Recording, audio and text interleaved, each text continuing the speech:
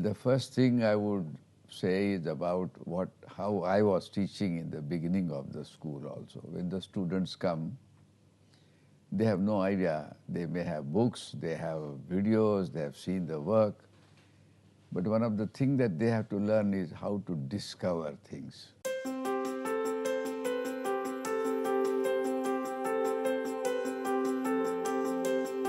The first thing I would tell the student is learn to discover.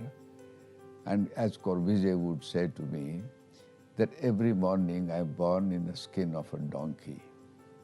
So if you really are a child and you want to be curious, then don't trust anybody. Trust yourself and find out whether you have found something new in that. If it is not there, it is not correct. So one of the things is discovery. Second is always remain fresh. The third one is that is there anything different from what you did yesterday? The fourth one is there are magazines and magazines. There are lectures and lectures. But those who have done something specific, I think they have done something unique. And I think discover unique. When you walk on the streets, when you travel in places, when you go to your tours, another thing that has to do is to do sketches, lot of sketches. And not only sketches, but then you must write something that what you found and what you thought. Corbusier wrote his carnets, he wrote his journeys.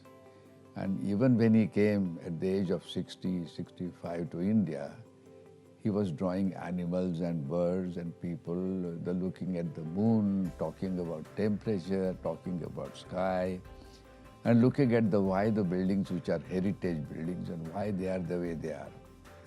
And they would analyze them. He would analyze and he would find from them the source, because your building has to take roots. Unless the building takes roots, it doesn't remain. And I think those are the kind of things that I have found. Second thing is when you look at your videos, you go back and you look at Egypt or any place and you find it on the Google, that is only an impression that you have. But actually all buildings have something to say.